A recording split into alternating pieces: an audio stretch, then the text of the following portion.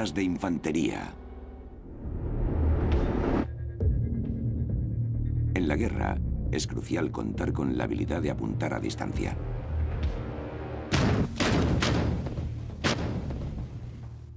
Esa necesidad básica ha llevado a muchos generales a extender los límites de la artillería durante miles de años.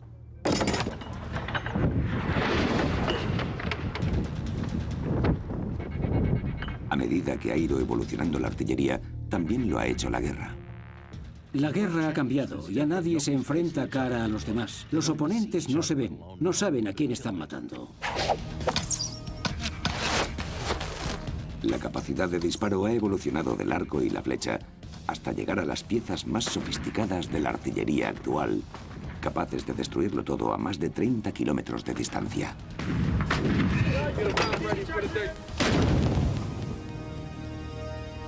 Potencia de fuego.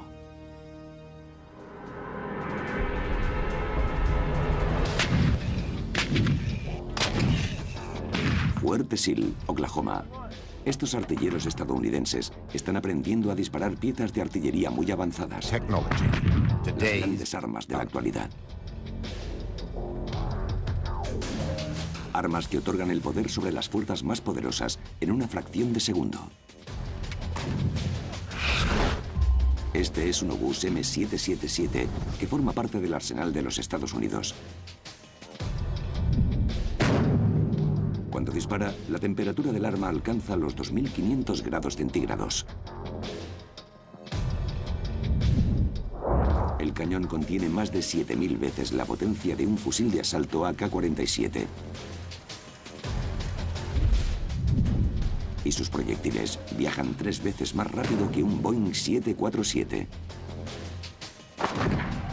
Los elementos esenciales de la artillería moderna y el modo en que los soldados los han utilizado han evolucionado tras siglos siguiendo el método ensayo-error.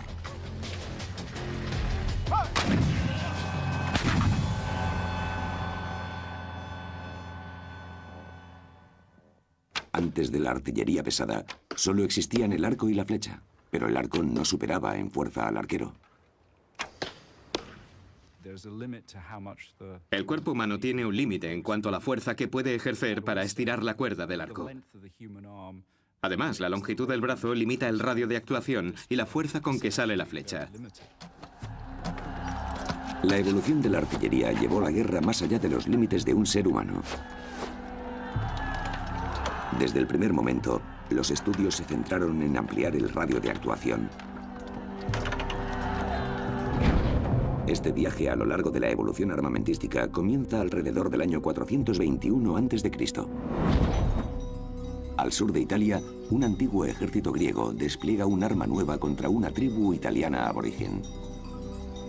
Es probable que haya sido la primera pieza de artillería empleada en combate, el gastrafetes.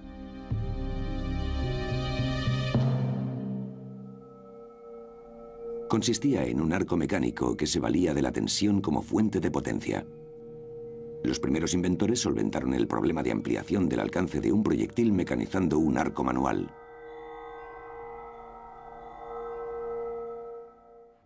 Un arco normal permite lanzar un proyectil en un radio de 150 o 200 metros. Los gastrafetes lograban disparar a 250 metros de distancia.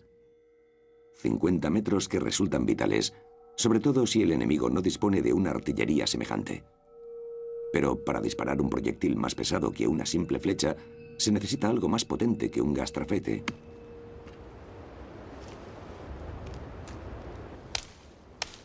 La solución a este nuevo inconveniente es lo que fascina a Ivan Williams. Según él, los primeros inventores se fijaban sobre todo en la propia naturaleza. Se ve en los grandes árboles, el viento sopla y ellos se doblan hacia un lado para recuperar después su posición original. Las fibras de las que están compuestos regresan a su posición inicial. Eso los inspiró. Como veis, hemos cortado este árbol y se ven las fibras de su interior. A medida que yo cortaba, las fibras seguían la línea curva en el sentido de las agujas del reloj. Si giro el brazo, todas las fibras se mueven al unísono y la unión hace la fuerza, ofrecen mucha resistencia. Al girar las fibras, la energía se acumula.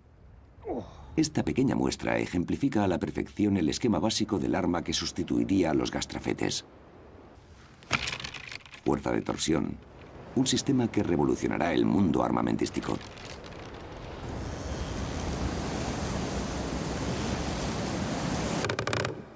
Madera, fibras, incluso el pelo humano se puede convertir en cuerda, y todos ellos son susceptibles de ser utilizados como fuente de energía en la artillería de torsión. Lo único que hay que hacer es girarlo como si fuera una manivela, darle vueltas, rotarlo para acumular toda esa fuerza natural. Después la controlas y por último la sueltas en el momento más adecuado. En la antigua Grecia construyeron y probaron varias piezas de artillería de torsión en los siglos IV y III a.C.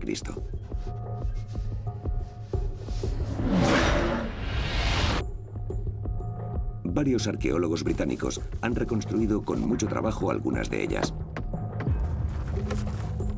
A esto lo llaman balista, y su alcance es un poco mayor que el de los gastrafetes.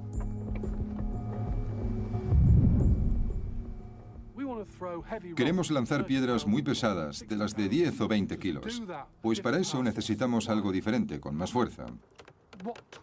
Lo que gira para acumular la energía es una pieza de acero que está aquí y que atraviesa la cuerda para encajarse finalmente en este perno. La fuerza de torsión supone que por primera vez se puedan lanzar piedras de gran tamaño a distancias considerablemente largas.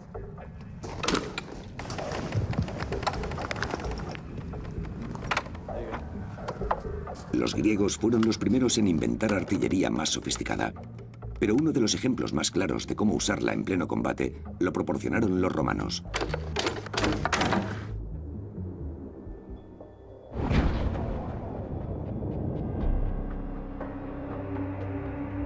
Corre el año 73 de nuestra era. Y estamos en la fortaleza de Masada, en lo que hoy es Israel. La 10ª Legión de Roma sitia a un grupo de rebeldes judíos que se refugian en esta majestuosa fortaleza.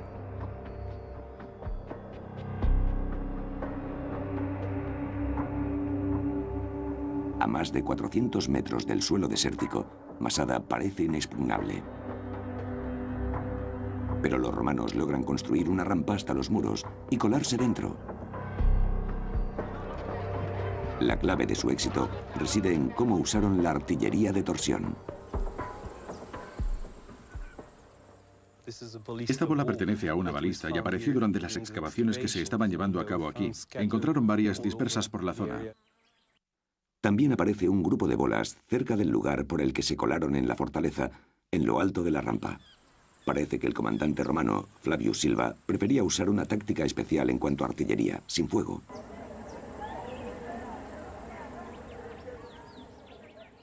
Estas armas no son capaces de derribar muros de 3 o 4 metros de altura.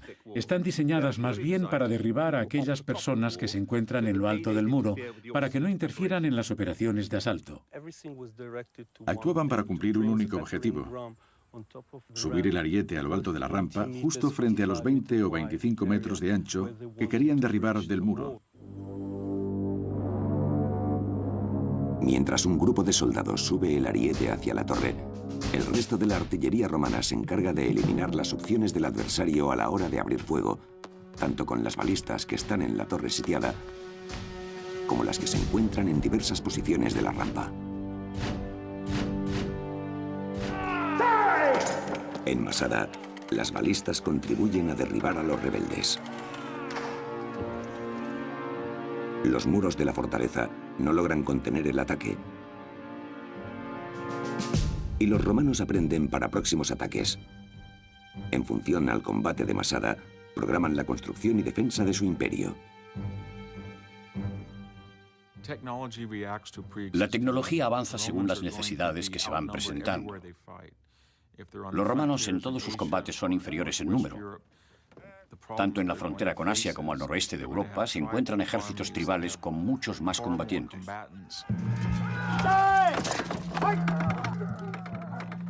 Gracias a los avances armamentísticos igualan los dos bandos. Con un solo proyectil matan 6, 7 o incluso 8 personas, y a las demás las asustan tanto que huyen despavoridas. Josephus, un historiador judío, vio de primera mano las tácticas terroríficas que llevaban a cabo los romanos. Una mujer encinta salía de su casa cuando un proyectil la alcanzó en la barriga. El feto salió disparado unos 100 metros de la fuerza con que lanzaban aquellas piedras. En la antigüedad, las armas tenían un valor incalculable dentro de la sociedad. Sus efectos sobre los atacados eran demoledores por culpa del fuego que provocaban los proyectiles lanzados.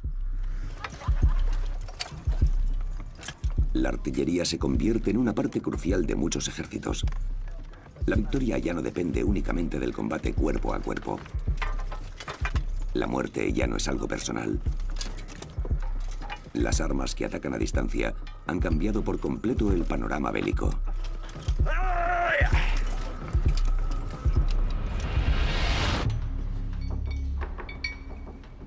En esta fábrica de armas de Mississippi, varios ingenieros trabajan en la construcción de un obús M777. Cuando lo terminen, habrán creado un arma capaz de disparar un proyectil a más de 24 kilómetros.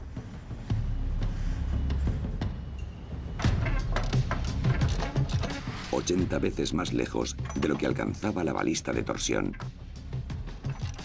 Al igual que los ingenieros de hoy en día, antaño también había quienes dedicaban su vida a ampliar el alcance de las armas de las que disponían.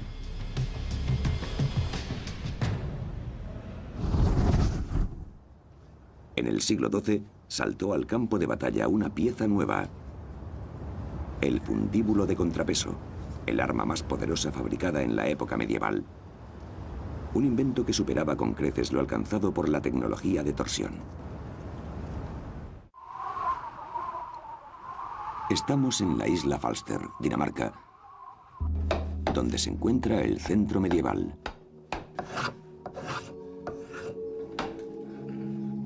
En este lugar, la gente se dedica a recrear la tecnología del pasado. La reconstrucción de fundíbulos es su especialidad.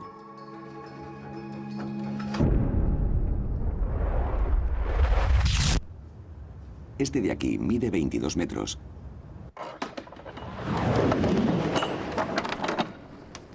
Y se acciona al soltar un contrapeso equivalente a 4 todoterrenos. Intentamos construir una máquina como esta, pero nos faltan 1000 años de experiencia. Por eso lo llamamos arqueología experimental, porque hay que probar y probar.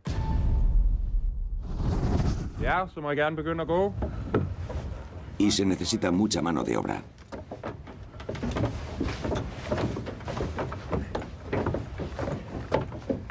Mientras caminan, los hombres de la rueda colocan la cuerda en un cabestrante y en un sistema de poleas que eleva el contrapeso.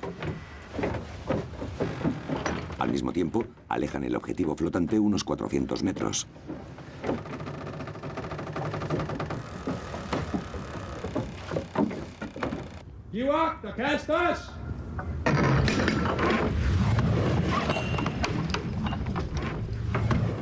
La eslinga situada al final del brazo lanza una piedra de 15 kilos. Fallamos, cayó unos 6 metros a la derecha. Todos los disparos alcanzan o incluso superan el objetivo. Parece que el problema no radica en no lograr dar en el blanco. En la Edad Media, disparaban el fundíbulo al muro del castillo, sin más. No a un punto en concreto. Y estos artilugios también disparan misiles que harían de cualquier pared un atajo de añicos letales.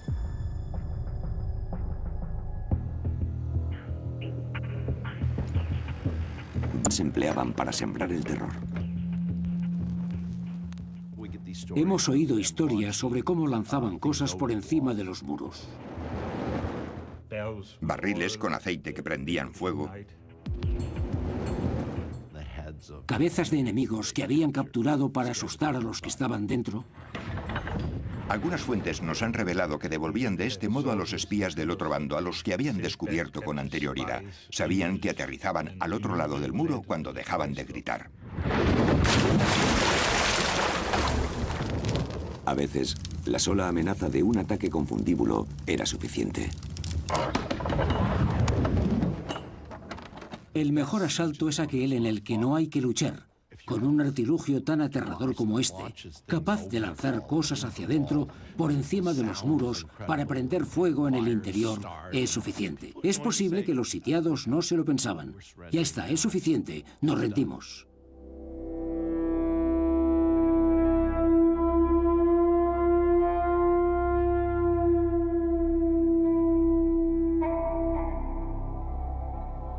Los ingenieros contratados por los que habitaban la fortificación tienen que encontrar la manera de defenderse. Y se empiezan a construir castillos concéntricos con múltiples muros de protección de gran grosor. En las amargas batallas de las cruzadas del siglo XIII, estos castillos logran repeler un ataque con fundíbulos. Los generales necesitarán un arma nueva con la que atacar y contraatacar en combate.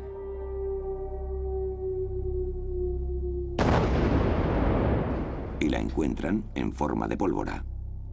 Uno de los pasos más importantes de la humanidad en la evolución de las guerras.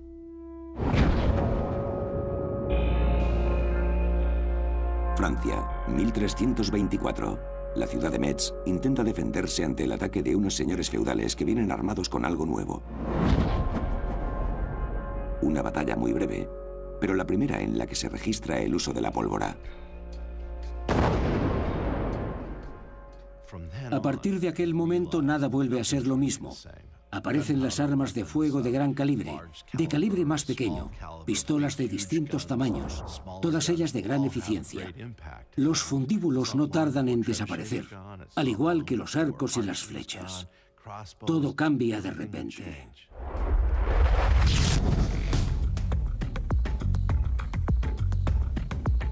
Los cañones de las armas más actuales están expuestos a grandes fuerzas.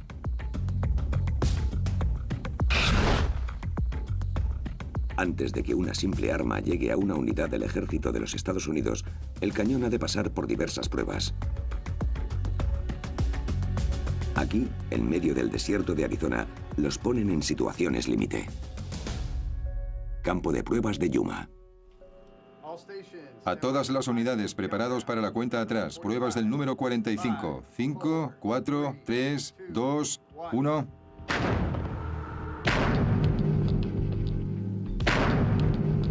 A los M777 los someten a la presión máxima para la que se ha diseñado el cañón.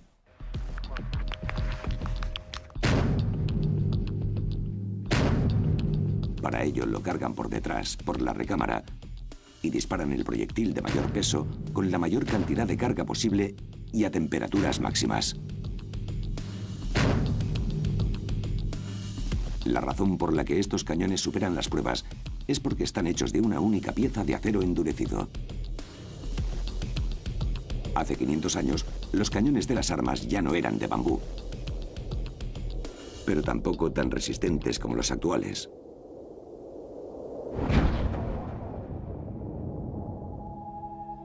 Julio de 1545. El Mary Rose, buque insignia de Enrique VIII, se hunde en las costas de Inglaterra. Este cañón se rescató del naufragio. Lo verdaderamente maravilloso sobre esta pieza es que estuvo bajo el mar mucho tiempo. Parte de su superficie está corroída por el salitre y revelan así su estructura interna. La construyeron con tiras largas de hierro que nosotros llamamos duelas y que se ven a lo largo de la parte superior. Estas duelas recorren todo el cañón. A su alrededor colocaban aros de hierro. El nivel de corrosión muestra también una construcción similar a la de los barriles de madera, los que guardan comida o cerveza. En los dos casos se utilizan aros que impiden que las duelas se separen. El arma simplemente reemplazó las duelas de madera por unas de hierro.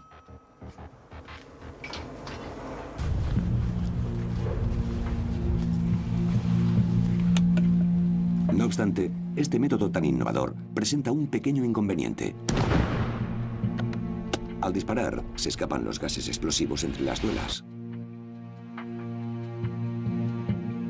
Este tipo de error era muy común en las armas con duelas de hierro, y las consecuencias podían ser fatales.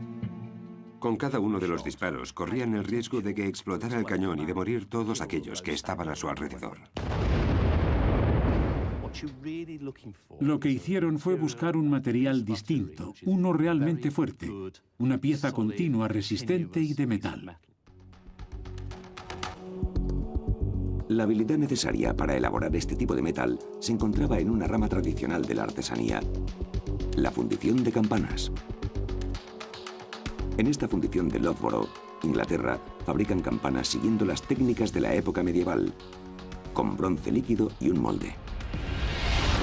En el siglo XIV, Europa ve cómo esta técnica se emplea también para la construcción de cañones para armas. Solo hay que construir un modelo diferente. El horno, la técnica y los conocimientos necesarios sobre el bronce ya los tienen. A mediados del siglo XV, son capaces de construir armas de gran tamaño a partir de una sola pieza de bronce. Las armas de fuego se han ido diversificando, tanto en tamaño como en potencia, objetivo y aspectos metalúrgicos. Los civiles, los generales y los líderes políticos comienzan a entender lo valiosas que son las armas. Año 1453, Constantinopla, el actual Estambul, en Turquía. Una ciudad sitiada por un imperio en expansión, el turco otomano. A comienzos del siglo XV, los turco-otomanos van muy retrasados en lo que a armas de fuego se refiere, pero a mediados de siglo ya han aventajado a todos los demás. Es como si tuvieran un aliciente para fabricar armas y además todas de gran tamaño. Armas grandes a las que el sultán otomano Mehmed II dio rienda suelta frente a los muros de la ciudad más grande del mundo. Armas como esta. La bombarda turca más grande data de 1464 y la usó Mehmed II, el conquistador de Constantinopla. Esta es la recámara en la que se encontraba la pólvora. Se cargaba por aquí y se aseguraba con un trozo de madera que se insertaba a golpe de martillo. De ese modo, aumentaban también la presión. Posteriormente, y con gran esfuerzo, se unían las dos mitades con ganchos de madera que se sujetaban en estos huecos. Así se activaba el arma. Solo la recámara de esta bombarda pesa 8 toneladas. Cuando el cañón está listo, lo cargan con una de esas bolas enormes de piedra o de granito que pesan más de 200 kilos. Tras 2 meses de asedio continuo, el muro de Constantinopla se viene abajo por secciones, incapaz de mantenerse más tiempo en pie. La ciudad cae y los líderes militares de todo el mundo toman nota de lo ocurrido. La caída de Constantinopla es un acontecimiento de alcance mundial en lo referente a la historia militar. Al fin y al cabo, todos acaban de ver cómo uno de los muros más gruesos y consistentes del mundo se viene abajo tras una dura lucha contra la pólvora. La artillería, una vez más, derriba sin problemas las fortificaciones más sólidas. No obstante, todavía no se han eliminado los defectos de fabricación. Los cañones que se funden como las campanas han demostrado ser más potentes que los de duelas, que perdían gas. Pero aún así, a veces explotan. Antes del año 1470 aproximadamente, los cañones se hacían con bronce fundido y se incluía ya la recámara. Se fabricaban en posición vertical y la recámara iba arriba de todo y la boca abajo. El problema es que de ese modo las impurezas del bronce quedaban en la parte superior. Esas impurezas, esos huecos, se encontraban en la parte del arma donde se producía la explosión. Las armas eran, por tanto, menos resistentes. Pero alguien se dio cuenta de que se puede dar la vuelta al cañón y fundir el arma con la boca arriba y la recámara abajo. De ese modo, el mejor metal se funde en la parte de abajo, justo donde va la pólvora. Ahora las armas son mucho más seguras para quienes las disparan. A medida que avanzan las técnicas de fundición, también lo hace la pólvora.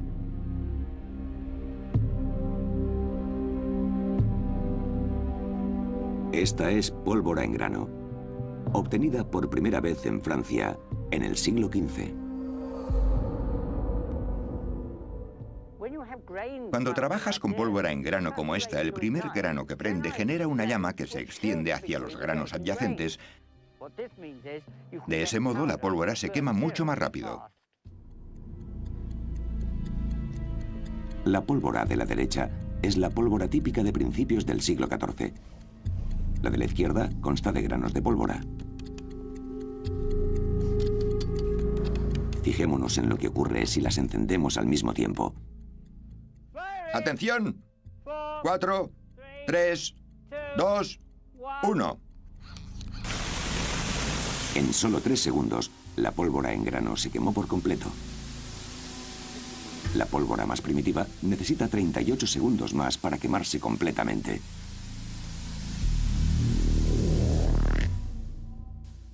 La pólvora en grano es sin duda un gran explosivo, ideal para emplear en un cañón más potente y con un alcance mayor. Además, causa estragos de mayor consideración. No solo la pólvora está mejorando en calidad, la munición en sí también evoluciona. Las balas de cañón pasan de ser piedras enormes a ser bolas de hierro.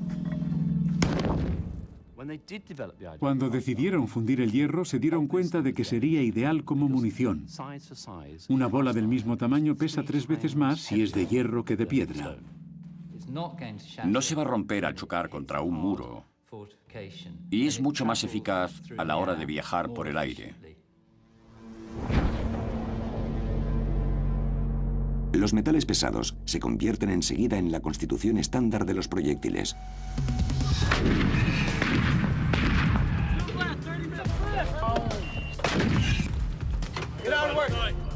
Sin embargo, nada de todo eso ayudaría si no da en el blanco. Por eso, a partir de aquel momento, los estudios se centran en mejorar la puntería.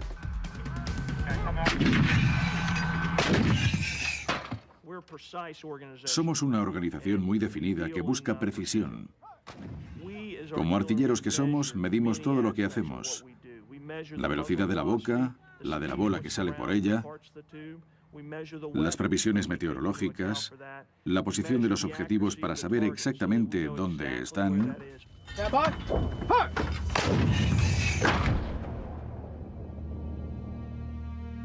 Esta búsqueda de precisión y puntería máximas comienza a principios del siglo XVI en la ciudad italiana de Verona.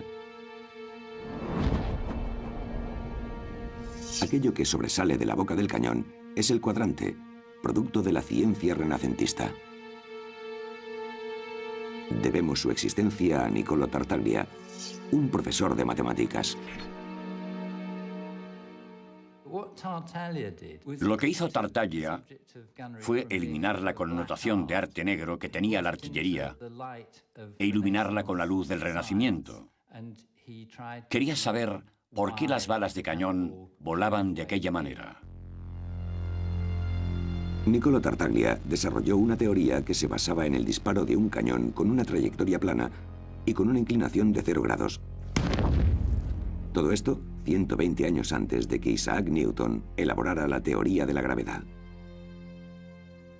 En la época de Tartaglia, aún no se conocía la teoría de la gravedad. Él solo se dio cuenta de que la bala del cañón saldría por la boca en el mismo momento en que él mismo disparara.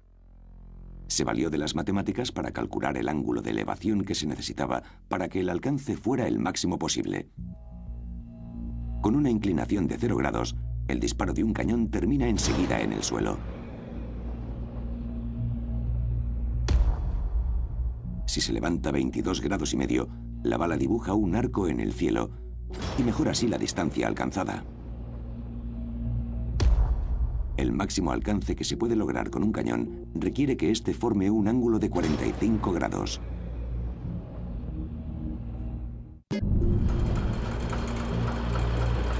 No será hasta la Revolución Industrial cuando se produce la siguiente fase en la evolución de la artillería. En el siglo XIX se dispara el desarrollo de las máquinas. Los componentes tanto de mosquetes como de cañones pueden fabricarse con mucha más precisión. El resultado, más puntería en el campo de batalla. Una de las primeras muestras de la eficacia conseguida tiene lugar en la Guerra Civil estadounidense.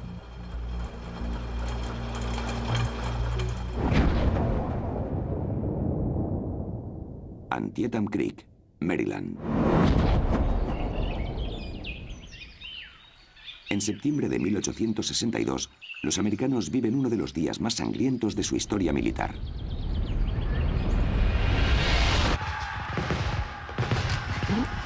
Un día en el que las nuevas piezas de artillería matan y hieren de gravedad a más de 20.000 hombres.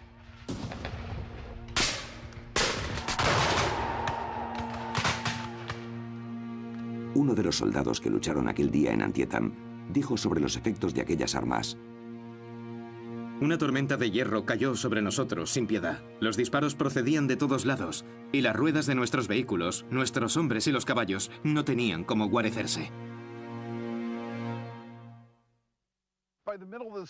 Cuando la guerra civil se encontraba en pleno desarrollo, vemos aparecer cañones estriados por todas partes. ¿Cómo funcionan? Estos cañones presentan una serie de surcos. Si miras el cañón por dentro, esos surcos giran en realidad. ¿Por qué? Porque contamos con un proyectil nuevo.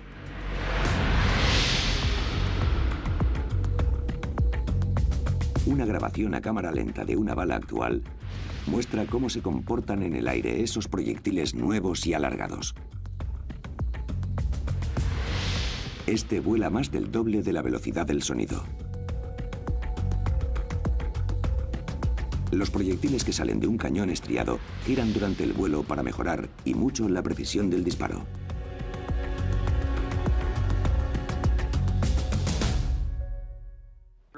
De este cañón sale un proyectil perfectamente equipado y dibuja una trayectoria completamente recta hacia su objetivo sin dejar de girar sobre sí mismo. De ese modo no pierde estabilidad.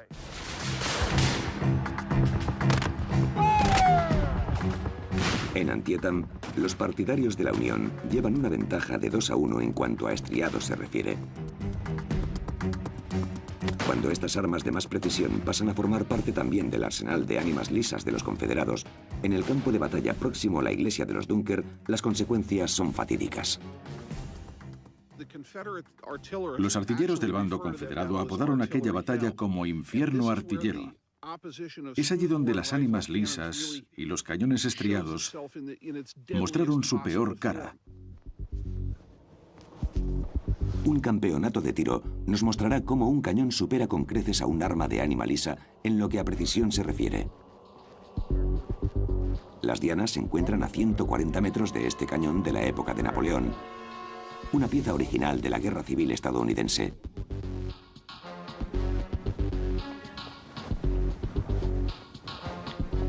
Veamos ahora cómo funcionan. ¡Fuego!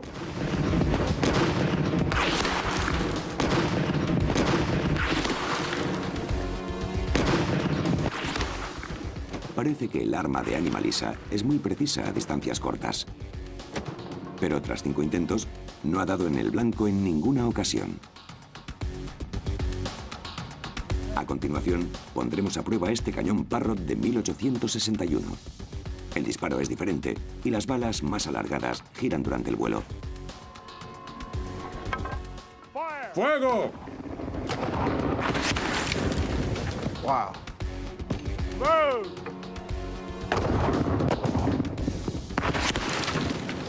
Al segundo intento, el cañón ya ha demostrado su superioridad. ¡Fuego!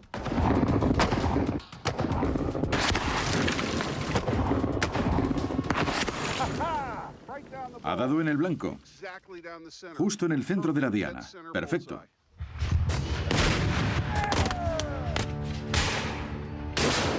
Durante la batalla de Antietam, la artillería ofrece una precisión mortal a distancias mucho más amplias que las que ofrecen las armas de ánima lisa. La guerra civil se libra en batallas en las que se dispara munición a 500, 600 e incluso 800 metros. En aquel punto, el radio de alcance era de unos 6 metros, por lo que era muy posible que erraran el objetivo. Para que se entienda mejor, ponemos 2 cañones, uno frente al otro. Uno de ellos es de ánima lisa, el otro no. Disparamos ambos con la idea de derribar al oponente de su base e inutilizarlo. Este cañón podría dejar al otro fuera de servicio de forma que no lograsen devolverles el golpe con la precisión necesaria. La tecnología está alejando a los soldados del propio acto de matar.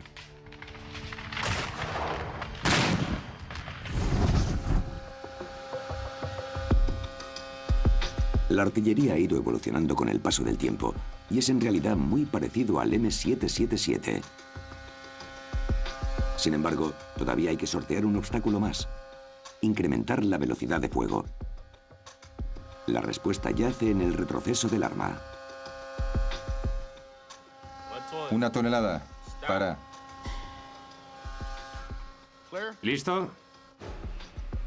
Esta máquina comprueba el sistema de retroceso del arma. Uno de los problemas más graves que presentaba la artillería era que cada vez que se disparaba un arma había que poner la misma en posición de nuevo antes de volver a activarla. Todo debido al retroceso. Este M777, al disparar, genera una fuerza muy intensa. Sin un sistema que controle el retroceso, el arma saldría volando varios metros en dirección opuesta. Como consecuencia, se perdería tiempo entre disparo y disparo. En la década de 1890, varios ingenieros franceses diseñan una pieza de artillería verdaderamente revolucionaria, una pieza que resuelve el problema. Esta de aquí. Un cañón francés de 75 milímetros. Este modelo de 1920 participa en las misiones ceremoniales de la Escuela de Artillería de los Estados Unidos en el Fuerte Sill de Oklahoma. Es como el abuelo de la artillería moderna. Buscábamos una velocidad de fuego superior, un cañón más eficaz que no hubiera que posicionar de nuevo después de cada detonación. Con ese objetivo en mente, los artilleros franceses desarrollaron un cañón nuevo, el 75. Es una misión secreta. Alemania, gran rival militar durante la segunda mitad del siglo XIX, lanzó una operación de espionaje con el objetivo de recabar información sobre el diseño de armas. Pero el director de la artillería francesa iba un paso por delante.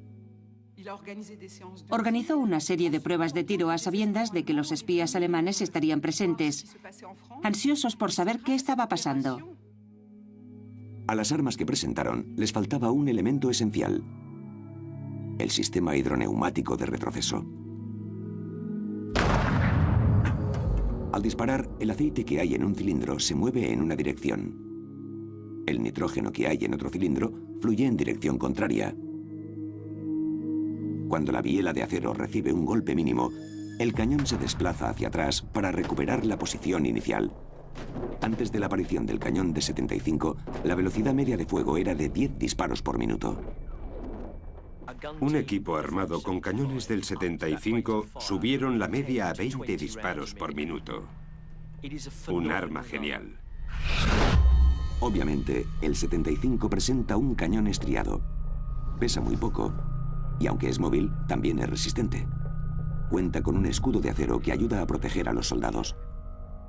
Si tenemos en consideración los problemas a los que se ha enfrentado la gente a lo largo de los años de desarrollo armamentístico, parece que con esta arma los han solucionado todos. Al estallar la Primera Guerra Mundial, el cañón de 75 milímetros se convierte en la pieza principal del arsenal francés y estadounidense.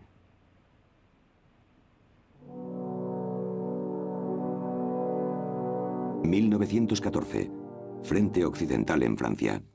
La forma en que se usa esta pieza nueva difiere de todas las demás armas. La artillería cobra verdadero sentido en la Primera Guerra Mundial, porque las armas son tan potentes que provocan daños cuantiosos en el campo de batalla. Ambos bandos proceden a una gran descarga de artillería para desigualar el empate de la guerra de trincheras. Como táctica, la descarga de artillería se estableció al menos un siglo antes de las guerras napoleónicas. Pero ahora el número de armas disponibles es mucho mayor.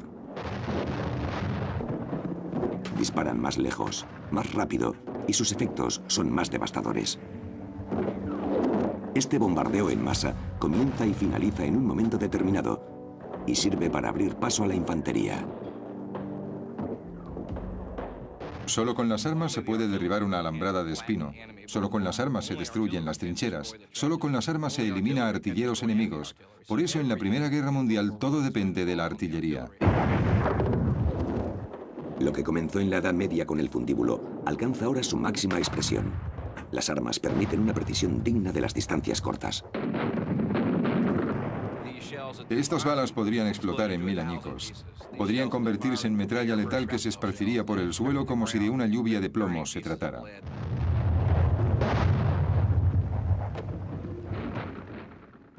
Gran parte de las matanzas que se llevaron a cabo en la Primera Guerra Mundial se produjeron casi en el anonimato. Los soldados no sabían ni a quién estaban matando. Hoy en día las batallas no se libran a metros del oponente, sino a kilómetros. Por primera vez en la historia, la artillería es el mayor asesino en combate.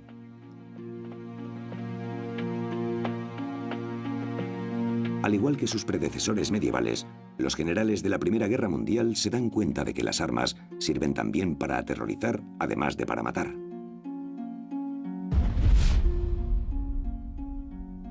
El gran cañón alemán, conocido como el Kaiser, era un monstruo. Tenía un cañón de 40 metros de largo y necesitaba 80 hombres para detonar. En 1918 bombardeó París a más de 121 kilómetros de distancia.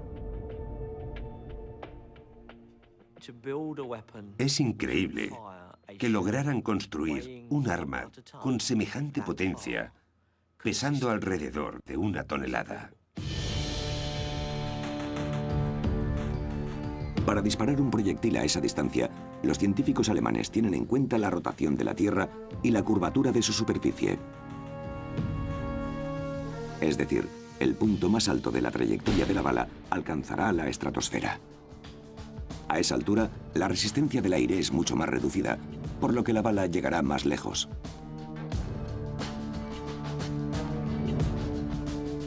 El cañón que bombardeó París era el doble de grande que este cañón de riel alemán de la Segunda Guerra Mundial. Aunque inició su andadura como arma terrorífica, no llegó a causar más de 900 víctimas. En términos de estrategia, este cañón fue un fracaso. En términos técnicos, un verdadero éxito. Sin embargo, lo que aprendieron gracias a él tiene un valor incalculable. A continuación, lanzaron el misil V2 a principios de la década de 1930. En el ámbito de la artillería, el objetivo principal deja de ser el alcance del arma y se convierte en la precisión de la misma. Golfo de Leyte, Filipinas, octubre de 1944, Segunda Guerra Mundial. Una aeronave japonesa kamikaze impacta contra efectivos de la Marina estadounidense. Los científicos americanos no tardarán en tomar revancha con una invención mucho más inteligente: la espoleta de proximidad, la primera arma inteligente del mundo. Funciona porque tiene un transmisor y un receptor de radio pequeños inserto en cada unidad. Cuando se activa, envía una señal que al chocar contra un objeto sólido rebota, y el receptor recoge esa señal. Cuando se ha acercado lo suficiente, la mecha hace explotar la bala. Este nuevo invento causa un impacto inusitado en la lucha estadounidense del Pacífico, porque así logran derribar numerosas aeronaves desde el barco. La espoleta de proximidad presagia un cambio en el diseño de armas tras la Segunda Guerra Mundial.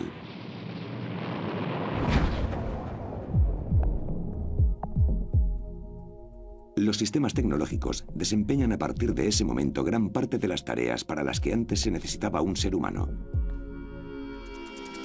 El M777, por ejemplo, tiene un sistema de control sistematizado que le permite calcular electrónicamente los parámetros necesarios para darle al objetivo.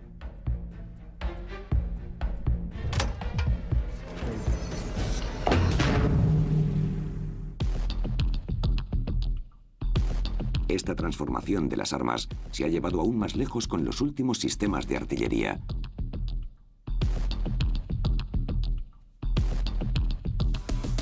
Este es el cañón N-LOS, la culminación de un siglo de investigaciones para conseguir el alcance y la precisión máximos, eliminando las posibilidades de un error humano.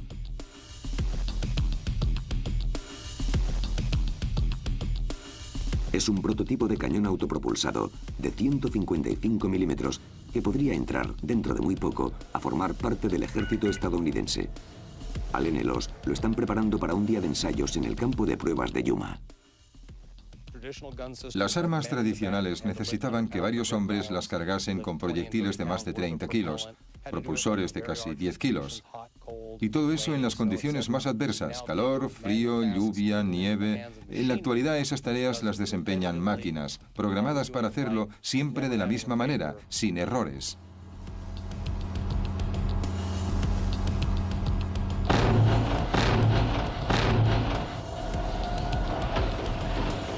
La automatización es innovación. Las máquinas manejan la munición, cargan y detonan las armas. El cañón que bombardeó París necesitó 80 hombres detrás. El N-LOS solo 2.